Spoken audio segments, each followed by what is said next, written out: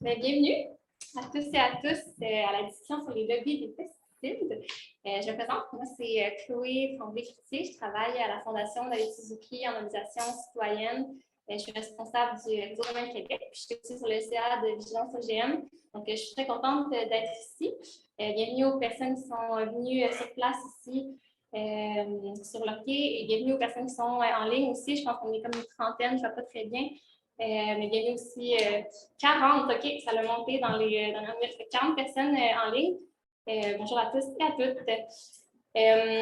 Pour le plan de la discussion, on va avoir une quarantaine de minutes de questions avec M. Robert et M. Thibault-Rennes à ma gauche ici. On va avoir une période de 15 minutes environ de questions où est-ce que vous pouvez lever la main pour les personnes en Zoom puis poser votre question à nos deux panélistes. Et donc, sans plus attendre, je vais vous présenter nos deux panélistes que nous recevons ce soir. Ça va en ligne? Parfait. On avait reçu beaucoup de questions aussi via le formulaire.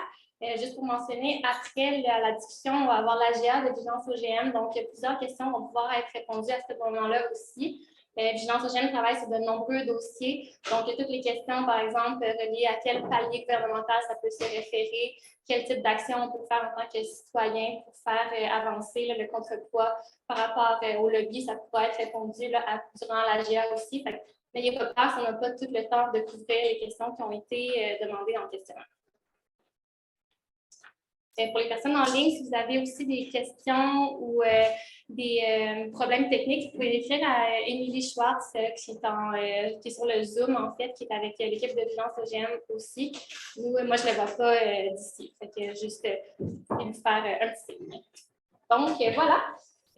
Donc, je suis heureuse d'accueillir M. Louis Robert, qui est un agronome retraité du ministère de l'Agriculture, des Pêcheries et de l'Alimentation du Québec, où il a travaillé depuis près de 35 ans. Spécialiste de la gestion des sols, il s'est fait connaître comme lanceur d'alerte en 2018, quand il s'est publiquement indigné des pressions qu'exerçaient les marchands d'engrais et de pesticides sur les gestionnaires de notre agriculture. Donc, bienvenue, M. Robert. Merci. À ma gauche, M. Thibault-Rennes, qui est militant écologiste et cofondateur de Vigilance OGM. Il s'intéresse aux problématiques liées aux OGM, aux pesticides et au contrôle corporatif qui sous-entend ce modèle. Le modèle agricole non résilient imposé étant insoutenable des points de vue environnemental, économique et sanitaire, il faut donc le changer. Donc, je vais commencer avec une première question pour Louis. Vous êtes connu comme étant le lanceur d'alerte pour avoir dénoncé l'influence des lobbies des pesticides sur notre agriculture. Est-ce que vous pouvez nous expliquer dans vos mots le pourquoi de cette dénonciation-là? Puis, est-ce que ça a eu des changements significatifs dans le système agricole, agro-industriel après toute cette affaire-là? OK. D'abord, bonsoir à tous. Merci d'être présents.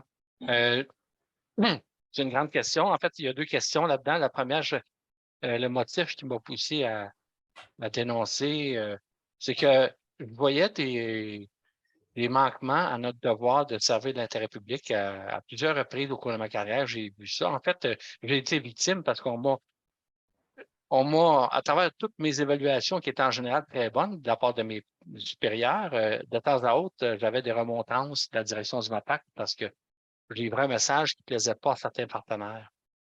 Et là, moi, j'ai en toute conscience, j'étais certain de servir l'intérêt public et l'intérêt des producteurs agricoles au premier chef, mais aussi la protection de l'environnement et tout ça, que ce soit dans le domaine des engrais minéraux que dans le domaine des pesticides. Donc, des fois, j'avais des blancs ou des trucs comme ça qui étaient. Puis en fait, ça se passait derrière les portes closes parce qu'on m'informait après coup que le sous-ministre était insatisfait, puis il ne voulait pas que je recommence, etc. À certaines reprises, on m'a même enlevé la parole avant que je donne des conférences, des trucs comme ça. Donc, j'ai été témoin de ça, puis à un moment donné, quand j'ai accumulé assez d'expérience au MAPAC, et une certaine autorité morale aussi. J'ai dit, hey, c'est pas pour partir à la retraite dans 5-6 ans sans avoir dénoncé ces agissements-là que je trouvais totalement inacceptables. Là. Et donc, ce qui a aussi m'a aidé, c'est la mise en vigueur, l'adoption de la loi sur les lanceurs d'alerte en 2017, là, qui a passé à peu près inaperçu, mais je n'ai pas tombé dans l'oreille d'un sourd en ce qui me concerne. tous les fonctionnaires ont reçu l'avis, puis j'ai emprunté une des voies légales prévues dans le cadre de la loi pour demander une enquête interne et par la suite dénoncer publiquement. Et l'autre partie de la question, c'est si ça a changé. Ouais, ça, c'est aussi une question. Moi, si ça a changé des choses. Bon, il y a certaines, je dirais que ça a travaillé beaucoup sur la sensibilisation. Évidemment, j'ai eu un contact depuis ce temps-là, j'ai des contacts à répétition avec des groupes comme Vigilance OGM, Équita, des groupes de citoyens, des groupes environnementaux, des étudiants dans les facultés d'agronomie, etc. Donc, ça a beaucoup changé pour moi. Puis, je trouve que c'est important que le grand public, le citoyen, s'implique dans les dossiers, les enjeux agricoles. Mais concrètement parlant, si on regarde vraiment crûment, moi, j'ai toujours dit que tout mon travail, je vais essayer de pas m'égarer, mais juste vous dire une chose bien importante, c'est quand on est formé comme agronome, on apprend très tôt que l'agronome est responsable de sa recommandation. Il n'est pas responsable de l'application de sa recommandation. Ça a l'air de la sémantique, ça a l'air théorique, mais en réalité, c'est lourd de porter parce que l'agronome doit viser comme objectif d'établir, de rédiger la meilleure recommandation en fonction de ses connaissances scientifiques et tout ça. Donc, ce qui m'amène à dire que j'ai jamais attendu qu'il y ait des changements concrets. J'ai jamais voulu changer des choses. Tout ce que j'ai voulu faire, en fait, c'est m'exprimer. M'exprimer, faire connaître ces situations-là. Après, on s'en pas. Un agronome est toujours content quand sa recommandation est appliquée. Mais moi, je ne m'attendais pas à rien. Et donc, à cause de ça, mes attentes n'étaient pas élevées. Je n'ai pas été déçu de voir qu'il n'y avait pas tant de changements par la suite. Quoique, il y a 2 projets de loi qui, je pense, découlent en partie, en tout cas, de mon geste. La commission sur les pesticides aussi, qui a été l'occasion, même si ça a donné à peu près rien, mais ça a donné l'occasion à les groupes de s'exprimer. Mais il y a aussi le projet de loi 41 sur la réforme de la loi sur les agronomes, qui, en principe, voulait finalement séparer le rôle de vendeur de celui de conseiller pour tout agronome. Et puis le projet de loi sur l'interdiction des traitements de semences aussi. C'est un projet de loi très, très vaste, mais il y a un volet dans le projet de loi qui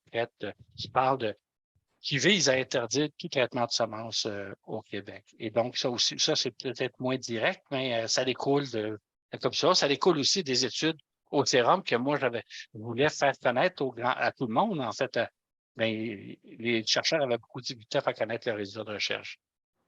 Donc, un peu de mots, peut-être un petit peu trop, mais j'ai tenté de répondre aux 2 questions. Hein. Qu'est-ce qui m'a motivé à lancer l'alerte? Et puis, est-ce qu'il y a des choses qui ont véritablement changé depuis ce temps-là? Tu sais, c'est sûr. Moi j'ai juste une petite anecdote. J'ai lu Printemps silencieux de Rachel Carson récemment, puis c'est super intéressant, mais en même temps super décourageant parce que tu te dis, si on savait 162, puis, les ventes de pesticides n'ont pas cessé d'augmenter encore en 2021, un record de vente. Donc, c'est des leçons d'humilité à répétition. Hein. Merci, oui. On voit que les choses ont un peu changé, mais très, très lentement. Oui. Mais les mentalités aussi, comme je le dis, moi, c'est l'ouverture, l'implication des citoyens que je trouve. Je pense que s'il y a des choses qui vont changer, il va falloir que ça passe par là. Parce que la force d'inertie de l'establishment, peut-être utiliser un grand mot, là, mais des intervenants habituels du secteur agricole, la force d'inertie, pour diverses raisons, est très importante. Et c'est pratiquement des sables mouvants. Et c'est pas depuis 2018 là, que j'essaie de changer les choses. À cause que je dis ma façon de penser, je trouve ça dans les conflits d'intérêts. Puis les abus dans le secteur des engrais, ça fait au moins 30, depuis le début, je me rappelle la première année que j'étais au MAPAC, je l'avais dénoncé. Mais là, maintenant, c'est à juste titre, je pense que les citoyens doivent s'impliquer. Merci. Donc, Thibault, sur la discussion sur les lobbies des pesticides, qu'est-ce que c'est un lobby? C'est quoi? C'est qui? Spécialement les lobbies des pesticides. Donc, merci beaucoup, Chloé. Merci, Louis-Robert, pour être là. Merci à vous aussi d'être présents. Je me présente, je m'appelle Thibault Rennes, je suis coordinateur de Vigilance OGM depuis moins longtemps que Louis est agronome. Mais moi, ça fait déjà 15 ans que je travaille sur le dossier des OGM et je suis très content de faire cette présentation sur les lobbies parce que c'est vraiment quelque chose qui nous préoccupent et on voit l'influence qu'ils ont sur nos gouvernements, sur nos lois. Louis Robert disait qu'il y a eu peu de changements, mais des fois, c'est difficile d'avoir le changement concret quand on a la tête dedans. Des fois, c'est des non-reculs qu'on arrive à avoir. Et je pense que Louis Robert minimise un peu son impact.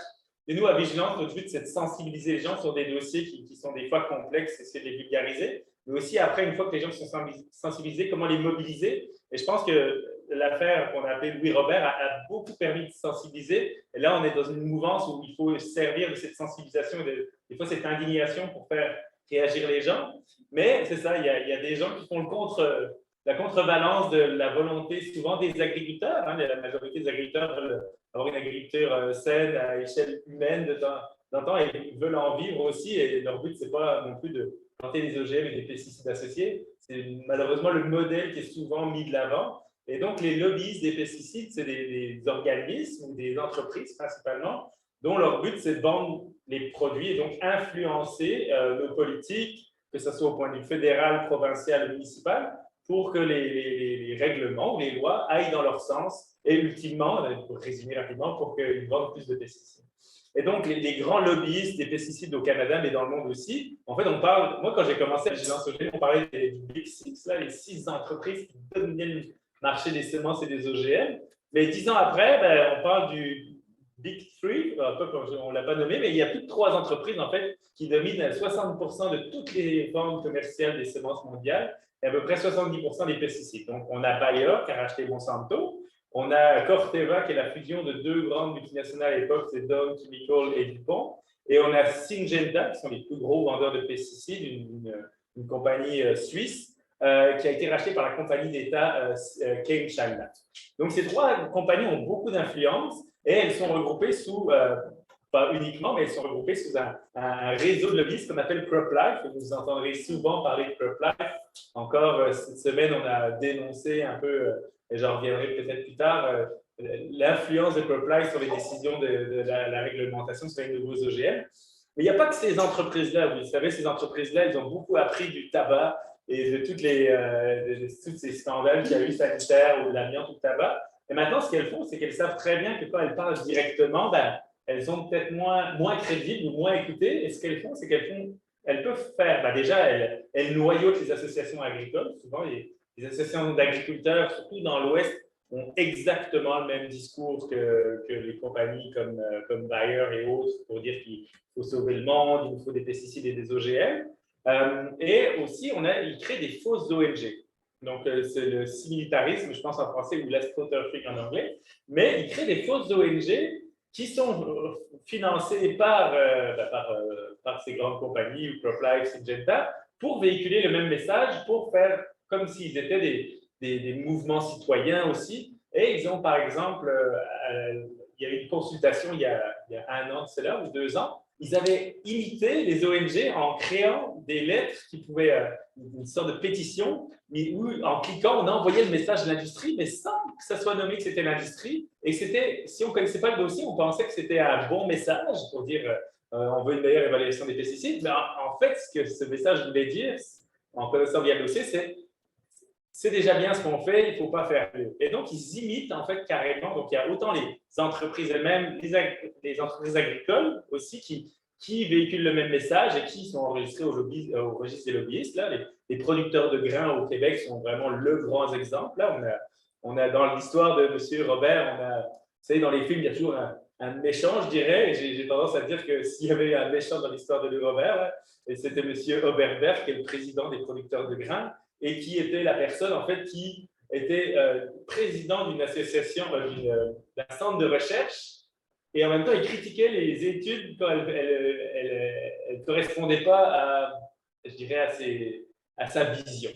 Et donc, en tout cas, c'est ça un peu une des origines du scandale. Donc, on a autant les producteurs que les producteurs de pesticides et d'OGM, autant certaines associations agricoles que des fausses ONG qui, pour moi, représentent les lobbyistes qui ont beaucoup d'influence. Et nous, à Vigilance OGM et toutes les ONG qui sont en environnement ou agricole qui se battent pour un autre modèle, nous, on n'est pas des lobbyistes, on fait de la représentation parce qu'on est transparent dans nos revendications Et on n'a pas une obligation légale, que ce soit au Canada ou au Québec, de s'enregistrer au registre des lobbyistes parce qu'on vient pas, on représente l'intérêt commun et on n'est pas là pour des intérêts commerciaux. Donc, c'est ça que j'avais à dire dans cette question. Super intéressant. Merci, Thibault. Louis, ben justement, avec la définition de Thibault sur les lobbies, quels seraient les plus grands lobbies au Québec? Puis Thibault a mentionné l'imitation des fausses ONG. Est-ce qu'il y a d'autres pratiques courantes qui sont utilisées par ces lobbies-là? Oui, au Québec, les gros, il n'y a aucun manufacturier d'engrais ou de pesticides qui sont présents au Québec. C'est-à-dire qu'il n'y a aucune fabrication d'engrais ou de pesticides au Québec. La soi-disant industrie des pesticides au Québec, c'est du commerce, c'est de la revente, c'est le secteur tertiaire. Et donc, pour les manufacturiers, les fabricants de pesticides et d'engrais, le marché du Québec est minime, est infime, il n'est pas important. Tout le marché est important, là, mais relativement, il est beaucoup moins important qu'un État comme l'Illinois ou le Minnesota, là, des trucs comme ça. C'est 12 fois plus par État que le Québec. Tout ça pour dire que c'est surtout les revendeurs qui exercent un lobby. Donc, Solio Agriculture, Finagri, William Wood, autrement dit, les revendeurs. Solio Agriculture, autrefois connu sous le nom de Coop Fédéré, c'est le plus gros vendeur de pesticides au Québec, là. Puis ils sont présents partout. Et je dirais, pour résumer, que, je l'ai souvent dit, à mon avis, ces lobbies-là ne sont pas puissants, c'est qu'on leur ouvre les portes. Hein. Moi, je résume ça un peu comme la situation de la bergerie qui est pillée par les loups durant la nuit. Puis on se rend compte que c'est les bergers, ou les bergers dans ce cas-ci, là, les nombreux bergers qu'on engage pour fermer la porte, qui ne font pas le travail, qui s'endorment. Là. Donc, on ne peut pas blâmer les loups à ce moment-là. Hein? C'est un peu ça. Donc, moi, je ne blâme pas tellement Solio ou Sinagri ou Liamoud, peu importe. C'est les gens, parce qu'au Québec, on est équipé en bretelles puis en ceinture pour protection de l'intérêt public. Puis il n'y a pas personne. Il y a plusieurs barrières théoriques qui ne font pas du tout le travail. Hein? Au premier chef, l'Ordre des agronomes, là, mais le MAPAC aussi, etc. L'Office des professions. On en a des institutions au Québec qui sont chargées de la protection de protéger l'intérêt public. Mais ils sont foncièrement, idéologiquement proches. Les ministères, entre autres, sont proches de l'industrie et l'UPA aussi. Puis j'écoutais Thibault tantôt, puis ça, c'est un facteur important au Québec en particulier. À l'extérieur, les gens sont un peu abasourdis d'entendre ça, mais le rôle que joue l'UPA et surtout dans le cas des pesticides, là, j'allais dire son bras armé, je n'irai pas là, mais de la Fédération des cultures commerciales, là, autrefois connue sous ce nom-là, mais qui s'appelle maintenant les producteurs de grains. Là. En fait, c'est un syndicat, il ne faut pas se leurrer, mais les instances publiques ont comme délégué leur responsabilité de défense de l'intérêt public à l'UPA puis à son syndicat des producteurs de grains. Plus ou moins consciemment, là, tu sais. Et puis aujourd'hui, ces gens-là ont beaucoup de poids, mais dans le fond, c'est parce comme je répète, là, c'est parce qu'on leur laisse la porte ouverte. Puis on paye des gens pour fermer cette porte-là, puis ils ne la ferment pas.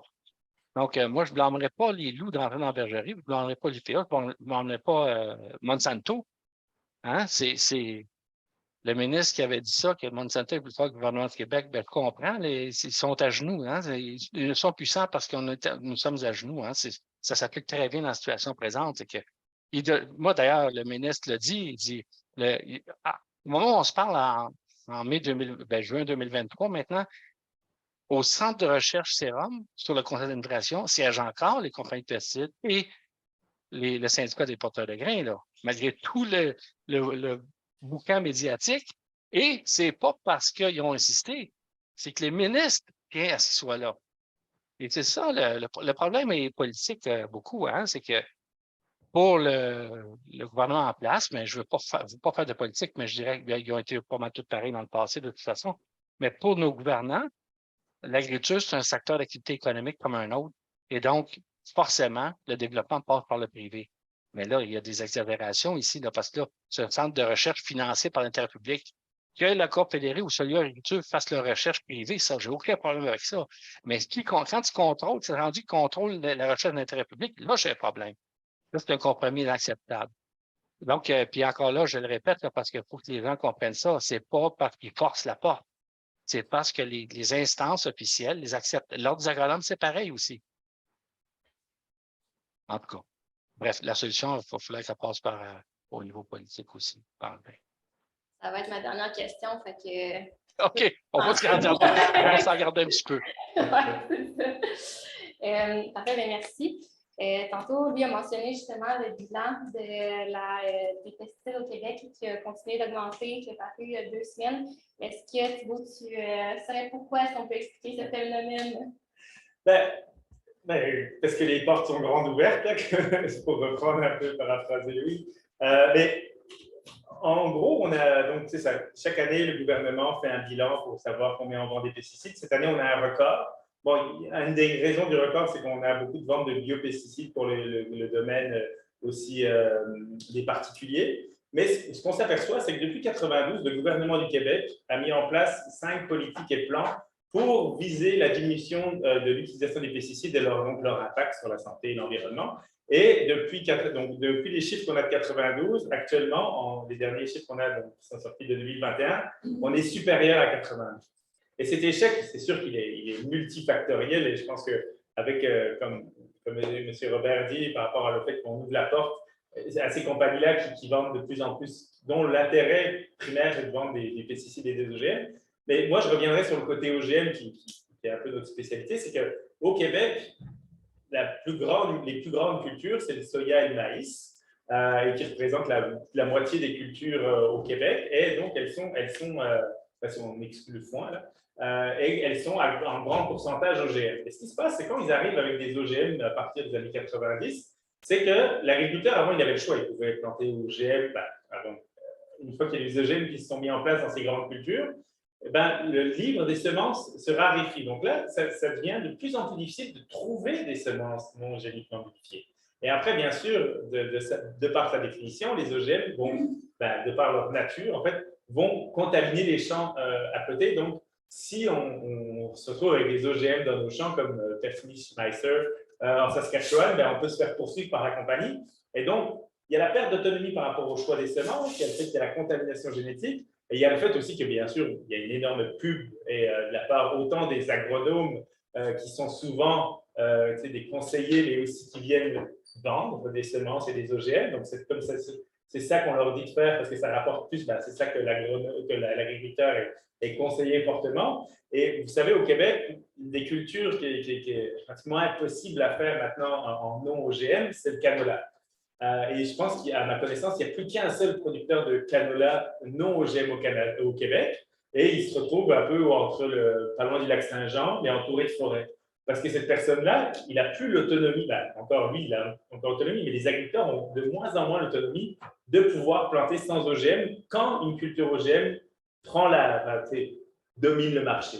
Et donc, je reviendrai un peu sur les nouveaux OGM qui nous préoccupent actuellement. Mais donc, à la base, si de plus en plus de nos cultures sont génétiquement modifiées et que ces compagnies qui vendent des OGM vendent des pesticides, il n'est rien de surprenant de voir que les pesticides à base de glyphosate ont énormément augmenté.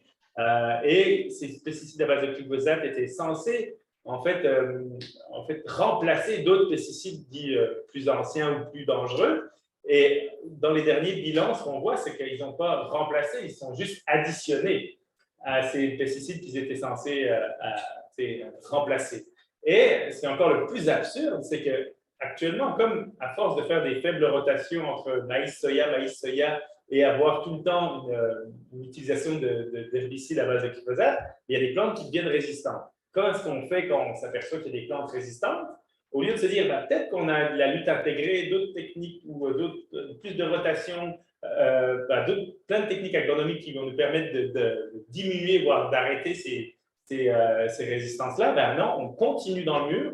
Et maintenant, sur le marché, au lieu d'avoir des soya résistants uniquement des pesticides à base de glyphosate, on a du soya résistant au glyphosate, au dicamba. Dans le cas du maïs, c'est à base de 2,4-D et résistant au glyphosate. Et donc, qu'est-ce que ça fait? Ça fait un cercle vicieux où on peut vous l'annoncer maintenant, dans quelques années, on va avoir plein de plantes résistantes au 2,4-D, au dicamba, parce qu'on va utiliser majoritairement ces pesticides-là. Donc, pour revenir à ta réponse, ce n'est pas surprenant d'avoir une augmentation des pesticides à base de des pesticides en général, parce qu'on a un modèle agricole qui est basé sur principalement des OGM en grande culture qui sont dépendants des pesticides. Est-ce que, Louis, vous avez la même lecture de ce bilan-là? Est-ce qu'on peut dire qu'il y a une part de responsabilité des lobbies? Oui, oui, mais encore là, je pense qu'il y a une faiblesse particulièrement pour côté de transfert technologique au Québec, dans le sens où même à l'arrivée des OGM, c'est vrai ce que Thibault raconte, là. Rachel Carson, d'ailleurs, l'avait prévu, en 1962. Mais développement des résistances et tout ça.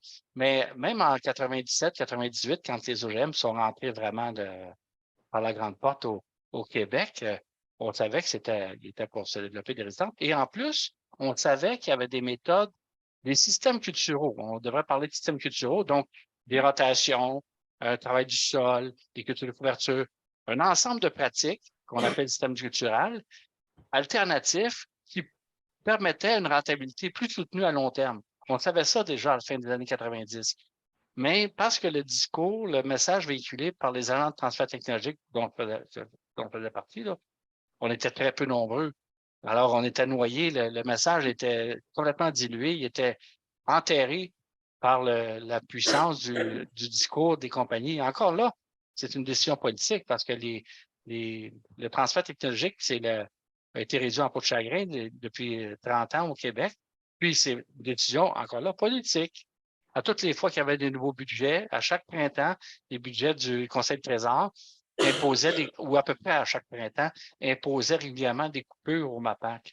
Et le ministre en place, ça, je le sais parfaitement, là, j'étais témoin de ça, le ministre en place, traditionnellement, consultait l'UPA, demandait, bon, là, j'ai à couper 10 du budget du MAPAC, 15 18 ou 7 peu importe l'année, selon l'année, et il consultait le président, il consultait l'UPA, puis l'UPA disait, bon, vous avez deux choix. Il y a deux grandes enveloppes pour MAPAC. Il y a les subventions aux producteurs, puis il y a les employés, les salaires, autrement dit. Alors, le ministre devait couper dans une des deux enveloppes, puis l'UPA disait toujours, à chaque fois, il disait, couper n'importe où, mais pas dans les subventions. Donc, par élimination, c'est facile, le ministre coupait dans les salaires. De sorte que, comme je le disais, là, on est là aujourd'hui au MAPAC, il y a sur 3300 agronomes enregistrés au Québec, il y en a seulement qui 120 au MAPAC, et je dirais qu'il y en a 118 et demi qui font de la bureaucratie, de l'administration de programme. Donc, ça ne reste pas beaucoup pour faire le transfert technologique, qui est une mission de l'État, mais qui a été complètement abandonnée.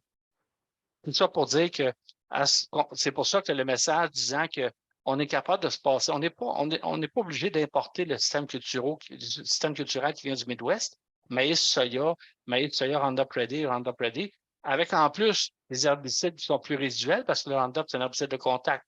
Il ne contrôle pas les mauvaises herbes qui apparaissent plus tard en saison. Donc, tous les champs de maïs et soya au Québec, sauf le bio, là, la grande majorité, si ce n'est pas 95 des champs de maïs et soya, reçoivent au moins un épandage de glyphosate par année, plus un ou deux herbicides résiduels, et souvent, on passe avec une deuxième application de glyphosate. Comptez ça, là. Donc, c'est pas étonnant qu'on en retrouve dans l'article du glyphosate ou dans le lait maternel à Montréal ou un peu partout, là. Il y en a partout. C'est planétaire. Puis, encore là, c'est des décisions politiques. Ce que j'entends, c'est ça. C'est pas surprenant. À mon avis. L'engrenage, ce que j'entends de vous, c'est que c'est pas surprenant. L'engrenage existe pour que ces résultats-là. On le savait, hein? La science agronomique, si je peux parler comme ça, là, le démontrait. Il nous suffisait de consulter des périodiques scientifiques en agronomie pour voir à quel point les systèmes culturels alternatifs avaient été développés en recherche. Il fallait juste les transférer au niveau des producteurs, ce qu'on tentait de faire, mais comme tu le dis, la lutte intégrée, la fameuse lutte intégrée, la lutte intégrée, c'est une approche en phytoprotection, donc insectes, maladies et mauvaises herbes. C'est une approche qui place les pesticides en dernier recours complètement. Et c'est l'approche préconisée par le MAPAC officiellement, là, depuis 1992, officiellement. Alors, il y a juste les agents du MAPAC, donc le 1 ou 2,5 agents du MAPAC, qui parlaient de lutte intégrée, alors qu'il y avait 1500 agronomes du privé qui parlaient pesticides seulement. Merci. Je vais poser une question reliée au dossier des nouveaux OGM. Donc, Vigilance OGM a travaillé sur de nombreux dossiers, mais particulièrement sur le suivi du dossier des nouveaux OGM avec tous les scandales qui étaient reliés. Est-ce que vous pouvez nous faire un résumé du processus d'influence que vous avez observé à ce sujet-là? Oui, merci. Pour ceux qui n'ont pas encore entendu parler du dossier, je pense que c'est un bon cas d'école pour voir où viennent, sur quel levier les entreprises, et en fait les leviers qu'on voit, là, parce qu'il y a tout l'invisible, viennent appuyer pour changer les règlements qui ne leur conviennent pas ou amoindrir les règlements. Et dans ce cas-là, je vais parler des nouveaux OGM. Donc, quand on parle d'OGM depuis tout à l'heure, c'est ce qu'on appelle les OGM via la transgénèse. Donc, on insère un gène étranger pour lui donner une caractéristique. Un gène étranger peut être une bactérie du sol ou un gène de virus. Et donc, 100% après 25 ans, 100% de tous les OGM sont faits pour résister, tolérer à un ou plusieurs herbicides, plus des fois à faire d'autres choses, mais principalement, c'est ça, 100% ils font ça. Et là, l'entreprise nous arrive avec des nouveaux OGM. Donc, on n'a plus une nécessité obligatoire d'insérer un gène étranger. Ils ont une nouvelle boîte à outils qui s'appelle l'édition du génome. Et donc là, on sait au Canada, mais dans le monde, là, CropLife et ses alliés essaient de pousser pour nous dire, en gros, on a besoin de ces technologies-là, on peut sauver le monde, on va diminuer l'utilisation des pesticides, on a besoin de nourrir le monde, de sauver le climat, entre tous ces méta-mythes qui malheureusement percolent dans la tête des politiciens. Et donc, nous, ça fait 2 ans et demi qu'on sait que 2 ans et demi qu'on lutte pour dire non, il ne faut pas déréglementer davantage, ou en tout cas rendre encore plus mauvaise l'évaluation des OGM au Canada. Il faut améliorer ça. Ça fait 20 ans qu'on demande ça, mais d'autres instances, des scientifiques. Et donc là, ce qu'on s'est aperçu, c'est que les lobbyistes, déjà, en vendent beaucoup. Il y a un registre des lobbyistes au Canada qui existe. Principalement, là, c'est fédéral, donc ça va être le registre du Canada. Donc, on a Pierre Pétel qui est le président de CropLife, qui a beaucoup parlé pour essayer de changer, donc il rencontre souvent les ministres, les sénateurs, des fois, des attachés politiques et autres. Et donc, eux, ils leur ont demandé de ne plus évaluer les nouveaux OGM et qu'ils allaient rendre le registre obligatoire. Actuellement, il y a un registre obligatoire. Donc, tous les OGM sont obligés d'être indiqués dans une liste, même si elle est mal faite, pour savoir ce qu'il y a sur le marché. Eux, ce qu'ils voulaient, c'est vraiment laissez-nous faire, on va s'autogérer du côté science, donc on n'a même besoin de passer par un bureau de soit Santé Canada, soit de l'Agence d'inspection des aliments, et en même temps, laissez-nous gérer la liste, on va vous dire ce qu'on met sur le marché. Et donc, il y a eu des consultations à Santé Canada et à l'Agence d'inspection des aliments, et la seule option proposée, déjà dans ce cas-là, c'était l'option proposée par l'industrie, qu'on voyait dans leur discours sur leur blog. Donc, déjà, avec plein de rencontres, le gouvernement proposait uniquement l'option de l'industrie. Il faut savoir que les 2 grands, je dirais, boss de CropLife, donc Pierre Pétel, lui, ce qu'il a fait, c'est qu'il a travaillé 5 ans avant d'être directeur à l'agence, à Santé Canada, à l'inspection des pesticides, donc à l'évaluation des pesticides. Donc, il y a ce qu'on appelle le phénomène des portes tournantes. Et un de ses bras droits, ils sont plusieurs, Yann Affleck, lui, il a travaillé 10 ans à l'agence d'inspection à l'agence d'inspection canadienne, au domaine des semences. Donc, le dossier des semences, il le connaît très bien et il a encore plein d'avis dans ce domaine-là. Donc, déjà, le phénomène des portes tournantes. Puis après, ce qu'on s'est aperçu dans ces consultations-là, c'est qu'ils ont créé des faux ONG pour pousser aussi, pour véhiculer leur message. Donc, ça peut donner l'impression aux politiciens de croire qu'il y a un message uni derrière la volonté de l'industrie, ce qui est faux. Et aussi, l'année dernière, moi, je reçois un document pour des pré-consultations. Donc, on me dit, voici, avec plein d'autres personnes, voici un document, on veut faire des consultations bientôt, voici un document qu'on va présenter. Et en regardant qui avait écrit ce document-là, c'est-à-dire qu'on va dans les propriétés de Word, on s'aperçoit que ça avait été écrit par CropLife. Donc, le propriétaire originel, c'était Jennifer Huber, qui travaille à CropLife. Et donc, là, ça a fait un scandale, ça a permis à aux agriculteurs biologiques principalement qui craignent énormément cette fausse transparence. Et je ne reviendrai pas sur toutes les raisons, mais les agriculteurs biologiques, les associations d'agriculture biologique luttent beaucoup là-dessus. Et ce qu'on s'est aperçu, c'est que Mme Guilbeault a reculé parce que publiquement, on avait réussi à sortir ce scandale-là en disant non, je ne vais pas mettre une transparence volontaire. Et ce qui s'est passé, c'est qu'il y a 3 semaines, Mme Bigot a quand même mis en place la transparence volontaire, d'où les manifestations qu'on a fait à travers le Québec vendredi dernier. Et ce qui est incroyable, c'est qu'une de ses défenses à Mme Bigot et au gouvernement, c'est de nous dire on a mis un comité en place, donc il y a CropLife, bien sûr, sur ce comité-là, mais aussi le bio. Et ils mettent un comité consultatif, et ce comité consultatif, ils n'évaluent pas l'option de CropLife, je schématise, et l'option du bio qui veulent un registre public obligatoire. Ils étudient uniquement l'option de CropLife pour savoir comment tout le monde pourrait être à l'aise avec ça. Et donc, on s'aperçoit que, autant dans les comités consultatifs que les lobbyistes, donc les gens qui rencontrent en privé nos politiciens et autres, dont il n'y a aucun compte-rendu, que carrément, en fait, ils s'écrivent les projets de loi, des fois, en tout cas les changements réglementaires, que ces phénomènes de porte tournante, c'est plein de techniques dans ce dossier-là qui nous font arriver où on s'aperçoit qu'il y a de plus en plus de pesticides, ils ne se posent même pas la question pourquoi, et là, ils ouvrent la porte encore à plus d'OGM, donc plus de pesticides. Et comment le gouvernement va respecter ses obligations qu'ils ont signées à la COP15 de diminuer de 50% l'utilisation des... En tout cas, l'impact global des pesticides, avec ce genre de réglementation, c'est clair qu'il se tire une balle dans le pied et qu'on peut se revoir dans 5 ans. S'il n'y a pas un changement radical de direction, on ira droit dans le mur dans la vente des pesticides. Merci pour cette question-là. J'arrive à ma dernière question après avoir fait ce portrait-là des pesticides, des lobbies des pesticides au Québec. On passe à la dernière question fatidique, les solutions à ça. Les preuves, les études le démontrent, même les scandales ne semblent pas faire assez pression. Les décisions des gouvernements sont assez décevantes. Comment est-ce qu'on peut faire contrepoids au lobby de l'agrochimie? Je vous lance la question à vous deux. On va animer une petite discussion sur cette thématique-là. Vas-y, Louis, si tu veux commencer, en tout cas, on peut faire un ping-pong. Oui. Vous avez peut-être deviné, moi, mon point de vue là-dessus, là, c'est que je pense que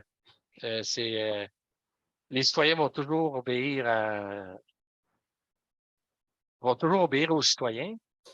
Mais en disant ça, en même temps, on connaît l'histoire des promesses, là, puis ça.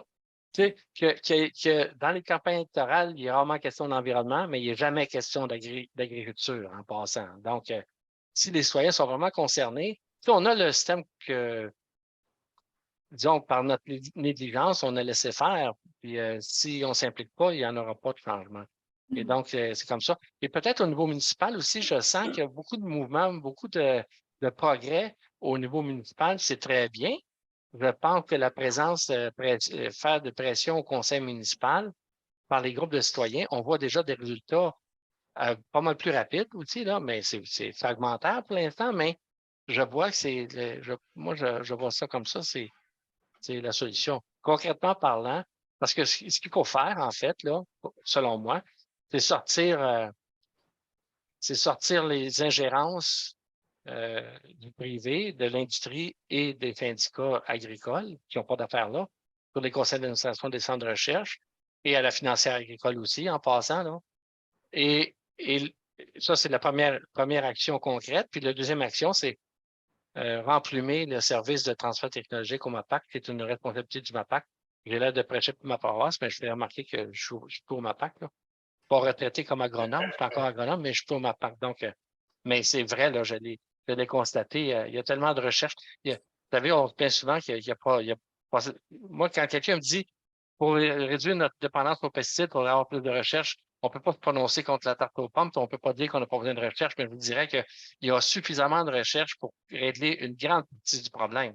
Les systèmes culturels alternatifs dont je parlais tantôt, on les connaît en bonne partie. Là. Et donc, il faut renforcer le transfert technologique, faire connaître ces méthodes-là aux conseillers de première ligne, aux agronomes de première ligne, puis aux producteurs ultimement. Là.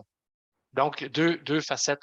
D'abord, l'action citoyenne, l'action de vigilance OGM, c'est super.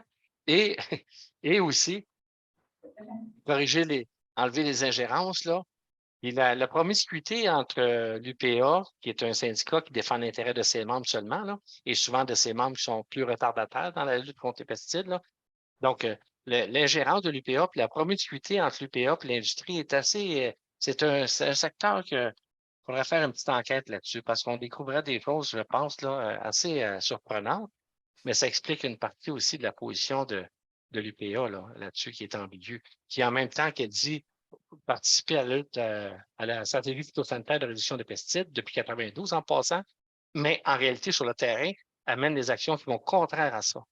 Le plus bel exemple, qui va terminer avec ça, c'est l'épisode d'octobre 2020, où alors que le ministre de l'Agriculture lançait son plan d'agriculture durable qui visait une réduction des pesticides, encore une fois, en partenariat avec l'UPA, mais en même temps qu'il faisait ça, ben, l'UPA allait soutirer des fonds publics de la financière agricole pour payer l'application de Roundup en pré-récolte des céréales, qui est à peu près l'application la plus risquée sur le plan de santé humaine, là, et avec des fonds publics. Là. Non seulement on l'autorisait, mais en plus, on le recommandait parce qu'il fallait que des agronomes le recommandent. Et ultimement, c'était payé par nos ressources financières. C'est assez scandaleux, selon moi. Mais c'est aussi symptomatique de, des cibles. Les cibles là, sont plus au niveau, selon moi, là, provincial. Tant aussi longtemps que des situations-là vont perdurer, on peut pas. C'est juste les discours. La réduction des pesticides, là, depuis 1992, ce sont des discours. Dans les faits, on augmente. Ils le savent à part ça. Merci. Merci. Bon, ben, oui, la dernière question voulait être positive, là. Non, je vais essayer mais non, mais je comprends. Alors, comment faire contre lobbyiste? C'est une grande question. Premièrement, j'ai la chance de travailler, en tout cas d'être payé pour essayer de résoudre, enfin, pas résoudre ce problème. Il y a plein d'autres choses à faire et des choses plates comme la comptabilité, là, je dirais, mais je pense qu'ultimement, on a raison de dénoncer ces choses-là. On a raison de vouloir un autre type d'agriculture, moins dépendante des multinationales et moins dommageable pour l'environnement, la biodiversité, la santé humaine et la santé des agriculteurs aussi, qui sont les premières victimes dans ce domaine-là. Et même si on a beaucoup, et je pourrais en dire beaucoup, long de ces beaucoup, moins de capacité que des multinationales comme Bayer, je pense que c'est 50 milliards de chiffre d'affaires. Et vous allez, si vous restez à l'AGA, vous verrez que nos résultats financiers cette année, c'est 217 000 $, alors que c'est loin de ces multinationales. Mais on est quand même capable, des fois, d'avoir des gains ou des non-reculs parce que on a raison. Foncièrement, je pense qu'on a raison de le faire et je pense qu'on, je ne sais pas s'il y a une morale derrière ça, mais je pense qu'on a la morale derrière nous. Et même si on est moins équipé parce qu'on a moins d'argent, je pense qu'on est plus nombreux aussi sur le terrain. Mais on ne peut pas blâmer aussi les gens je comprends là, même quoi s'ils lisaient au lieu des livres de cuisine, comme je t'ai entendu dire dans l'autre conférence, des livres sur l'agriculture, peut-être qu'ils seraient un peu plus sensibilisés. Mais, tu sais, moi, je suis jeune parent aussi, là, j'ai 2 enfants de 9 et 5 ans, et c'est sûr que si je ne travaillais pas à Vigilance, et ma vie, entre guillemets, en tant que professionnel, ce n'était pas lutter contre les lobbyistes, enfin, sensibiliser, démystifier aussi toutes les fausses informations, carrément, qui existent dans les médias. Tu sais, je ne sais pas à quel point le soir, j'aurai encore l'énergie avec le bain et autres à faire ça, mais nous, à Vigilance, ce qu'on essaie de faire, c'est de sensibiliser, mais à travers des boîtes à outils, pas pré-mâcher le travail, mais un petit peu. Je pense que comme Louis Robert le disait, là, les mobilisations, ça fonctionne. On le voit bien dans les municipalités parce que, bien sûr, on a un rapport plus direct à l'autorité, aux instances, en fait, de notre conseil municipal. Et nous, à Vigilance, ce qu'on a fait, c'est que notre campagne sans pesticides, c'est vraiment créer une boîte à outils pour que la personne n'ait pas besoin de repartir de zéro à se dire, OK, c'est quoi les pesticides? Qu'est-ce que je peux faire dans la municipalité? Ben, on disait, voici étape 1, voici étape 2, voici étape 3, voici étape 4. C'est pour ça qu'il y a, en partie pour ça, de cette mobilisation qui a été lancée il y a 2 ans, qu'on voit qu'il y a des avancées dans les municipalités et ça part de là et on espère que ces avancées dans les municipalités, c'est pourquoi je ne le fais pas au point de vue provincial et après fédéral.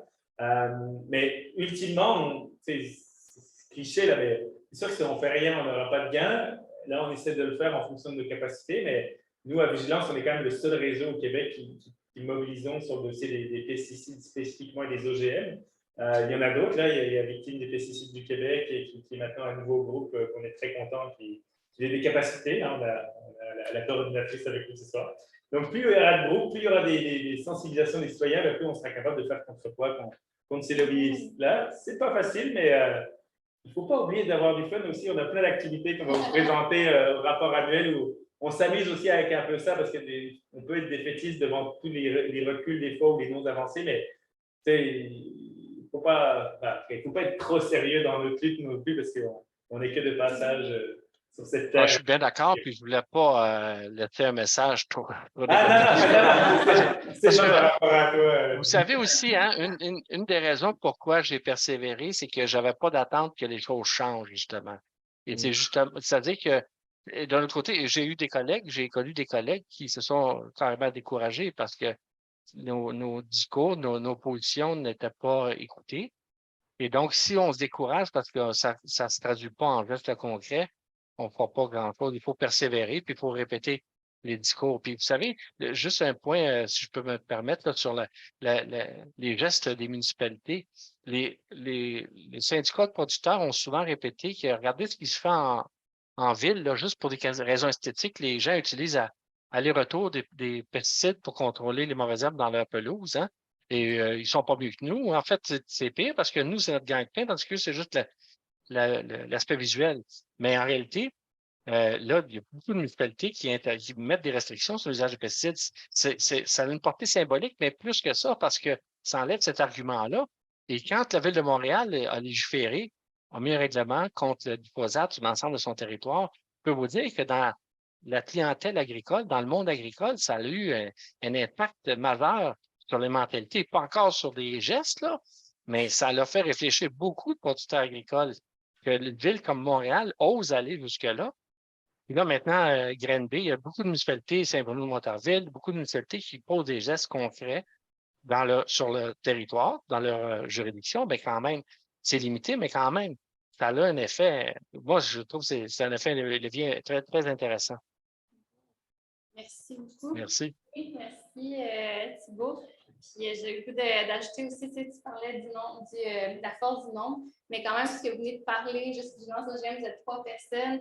Puis Robert aussi, tout le remous que ça a fait, c'est le résultat d'une personne aussi. Les municipalités, ça a été de la volonté politique. On n'a pas besoin d'être 10 000 non plus pour les actions que vous faites mention. Fait que je vais lancer sur ça la période de questions. Je le rappelle, il y a la GA après. Donc, si vous avez des questions plus reliées aux activités de vigilance OGM, on va pouvoir poursuivre les questions après. Même chose pour les personnes en ligne. Est-ce qu'on reste sur la même rencontre pour la GA en ligne? Oui. Oui, OK, parfait. Excellent. Fait que période de questions, j'ai vu, Serge, que ça fait longtemps que la main levée, c'est pour questions ou commentaires. Donc, Serge, je te laisserai la parole. Merci. La question s'adresse à M. Robert. À la journée bioalimentaire, le 30 mai 2019, le recteur de l'Université Laval avait dit qu'il y avait de la recherche de tablettés, probablement aussi à McGill, sur des expériences où est-ce qu'on peut cultiver en utilisant que 25 à 40 de pesticides de ce qu'on utilise actuellement. La solution, ce serait d'engager des techniciens et des agronomes pour transférer la recherche à la ferme. Puis ça, j'ai l'impression qu'il n'y aura pas de budget avant longtemps pour cette activité-là. C'est juste, M. Giard, vous savez que quand le ministre a lancé le plan d'agriculture durable en octobre 2020, il y avait une promesse là-dedans qui était d'engager 75 agronomes au MAPAC dédiés exclusivement au transfert technologique. Vous savez combien il y en a eu? Et donc, il y a eu un manque de suivi, c'est des paroles en l'air, puis il n'y a pas de mise en application. Et il aurait pu utiliser la moitié du budget qui sont utilisés dans l'agriculture durable pour engager des agronomes pour faire exactement ce que vous dites. On avancerait pas mal plus vite. Parce que c'est vrai ce que vous dites. Moi, je chiffre à peu près à 40 à 50 de réduction, au moins 50 de réduction des pesticides en transférant des systèmes culturaux qui sont beaucoup plus équilibrés et en plus rentables. Parce que le paradoxe de l'histoire, c'est que non seulement on n'amène pas des préjudices ou des sacrifices à faire sur la rentabilité ou sur les rendements. Ces systèmes culturels alternatifs-là sont plus productifs. C'est démontré en recherche. Et d'ailleurs, c'est tellement vrai qu'il y a des producteurs d'avant-garde qui les mettent en pratique présentement. Et donc, par exemple, au lieu de faire maïs, soya, on fait maïs, soya, blé d'automne avec des cultures intercalaires de seigle d'automne et de trèfle intercalaire dans le blé d'automne. Ça, on vient de réduire les coûts d'engrais puis aussi les besoins de pesticides énormément aussi, là. Et donc, puis c'est vrai ce que vous dites, la recherche est tablettée, mais pas tablettée parce qu'elle ne va pas dans l'intérêt des compagnies. Elle est tablettée parce qu'on n'a pas les ressources pour les lire. Moi, j'ai eu du plaisir, durant toute ma carrière, j'ai eu du plaisir dès que j'arrivais devant un défi là, posé par des producteurs, je me revirais de bord et je regardais, est-ce qu'il y a de la recherche indépendante publiée là-dessus? Et la plupart du temps, il y en avait de la recherche publiée là-dessus. et, en tout cas, bref, je pourrais raconter plein d'histoires, mais disons que de rendre ça accessible aux producteurs, aux agronomes qui font les plans de fertilisation puis les recommandations de pesticides, c'est une priorité. Et le ministre l'a juste dit, il n'a rien fait pour le corriger. Mais à court terme, il n'y a pas beaucoup d'espoir qu'il y ait un changement, là. Ben, ça va prendre d'autres catastrophes, malheureusement, là, j'ai bien peur. Mais bref, le ministre le sait.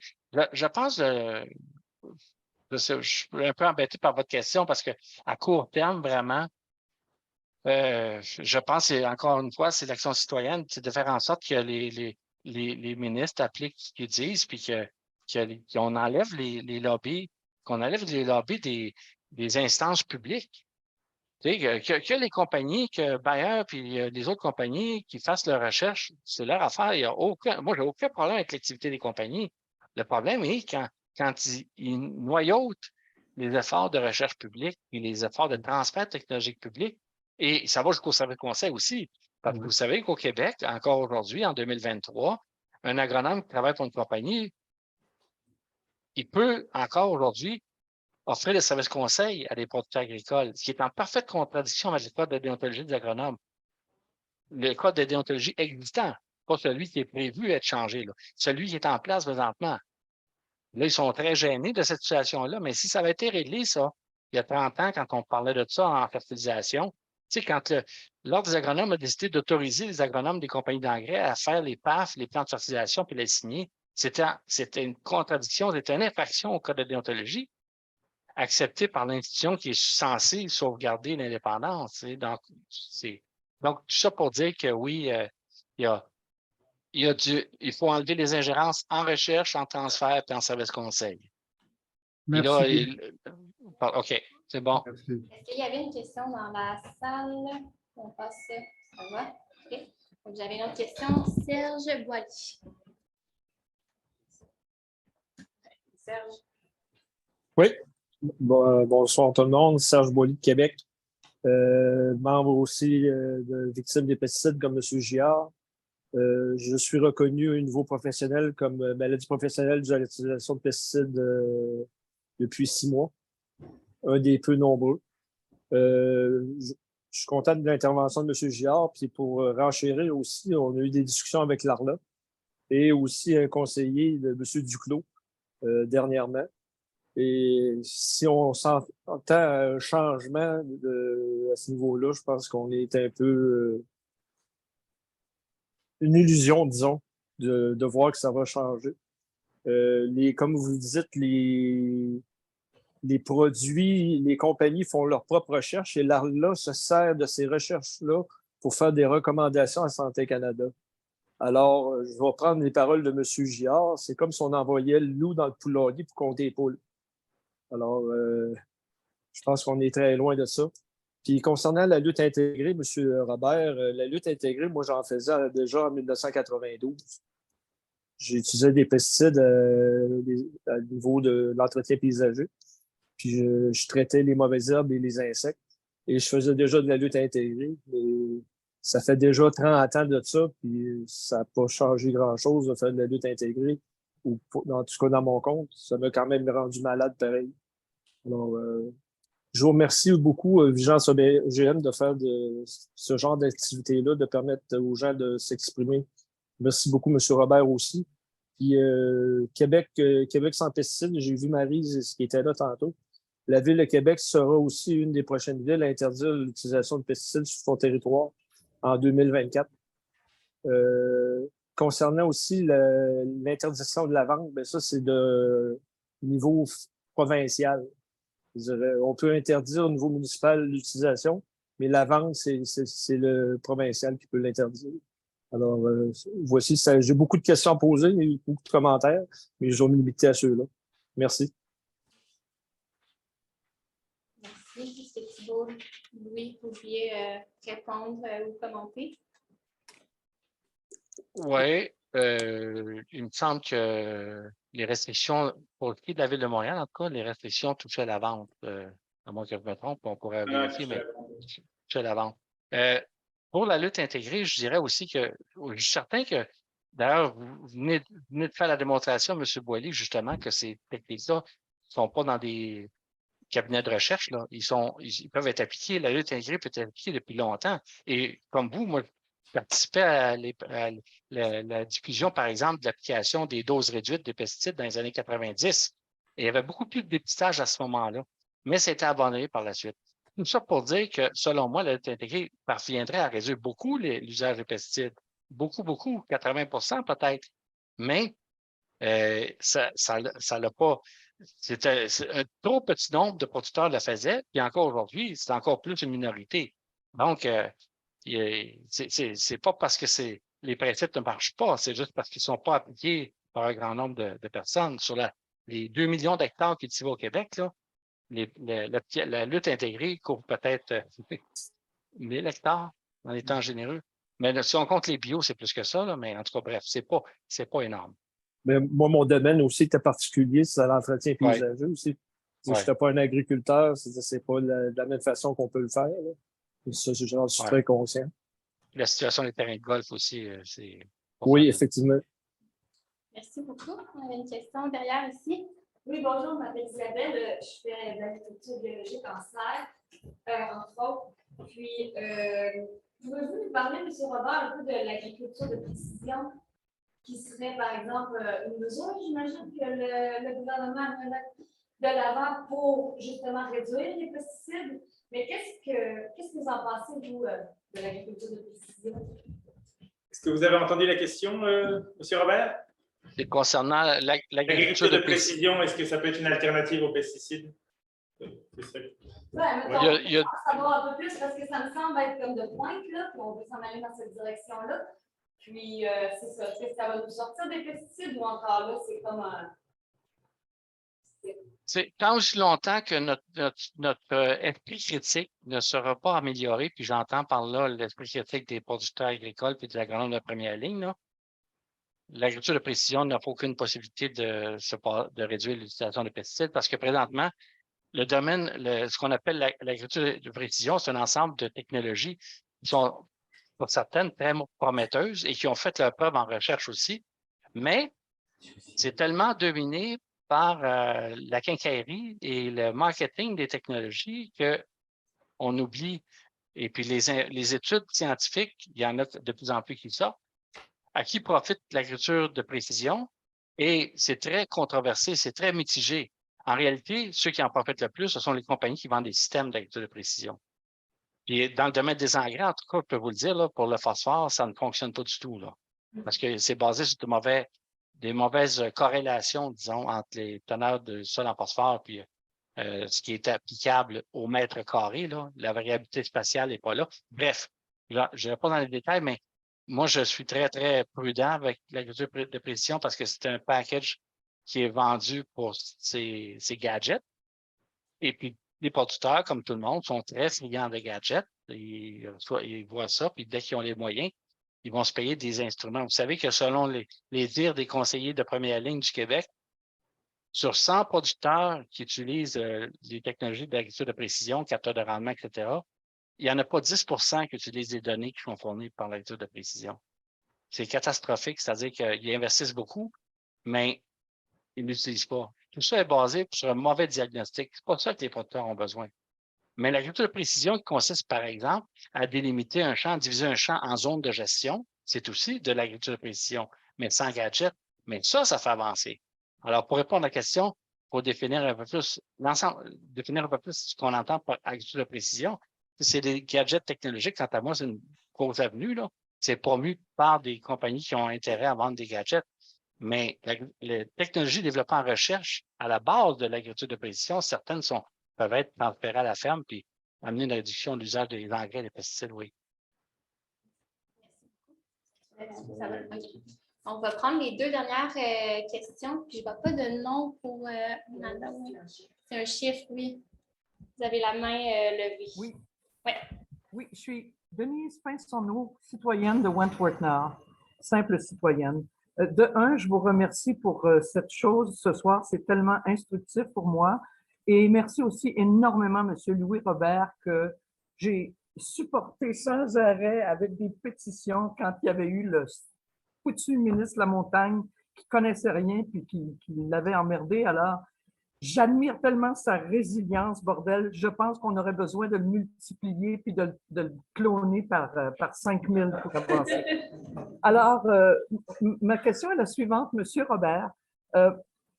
Comment expliquez-vous, parce qu'à moins que je me sois trompé, il me semble que je viens de lire dans Le Devoir il y a quelques jours ou peut-être une semaine que c'était la dernière année où on a utilisé le plus de pesticides en tout et partout au Québec. Il me semble qu'avec tout ce qui est fait partout, par tous les organismes, par vous, par le livre formidable que vous avez écrit, je ne comprends pas. Je sais très bien, puis il y a eu des intervenants, les deux premiers là, qui étaient en Zoom, ont dit des choses à propos d'Ottawa et tout. C'est le loup qui mène la bergerie, tu sais, ça fait que c'est sûr et certain.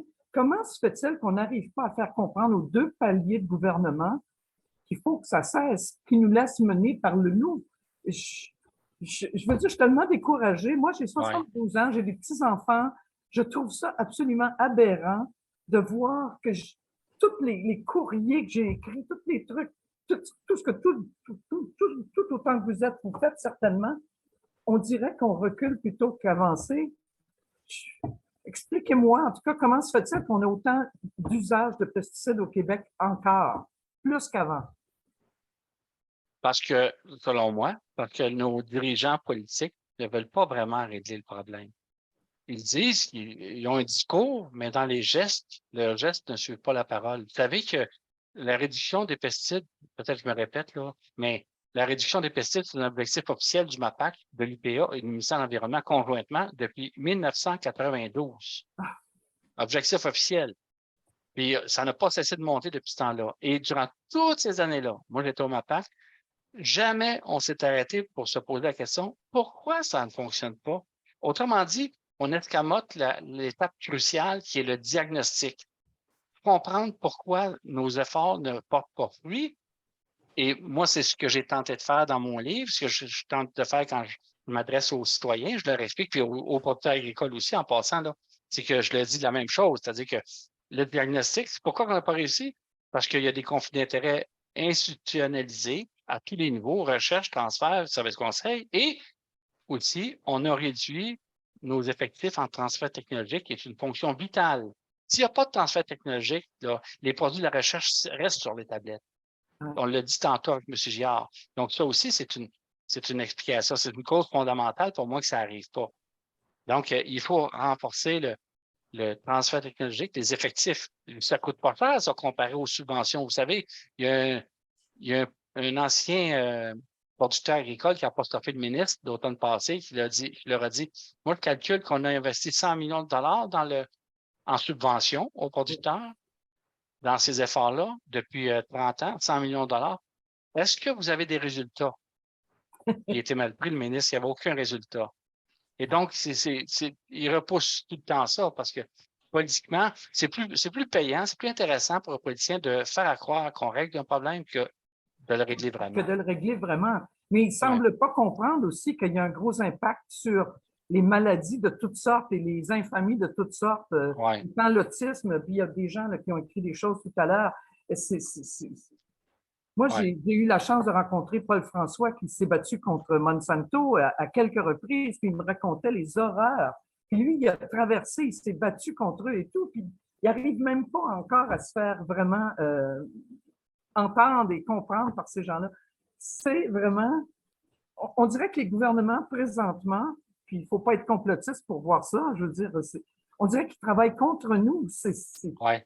Alors, les gens sont de plus en Je vais plus malades. devoir interrompre la discussion. Je m'excuse, c'est super intéressant, mais on a une AGA, nous, à compléter après ça. Je suis On est désolée, déjà à 10 mais en minutes. tout cas, je trouve qu'il y a un gros impact sur la santé des Québécois, qu'on dirait que personne ne s'en rend Absolument. compte. Vous voyez très clair, madame. Mais merci pour votre soutien. Merci. Je vous remercie beaucoup, beaucoup, M. Robert.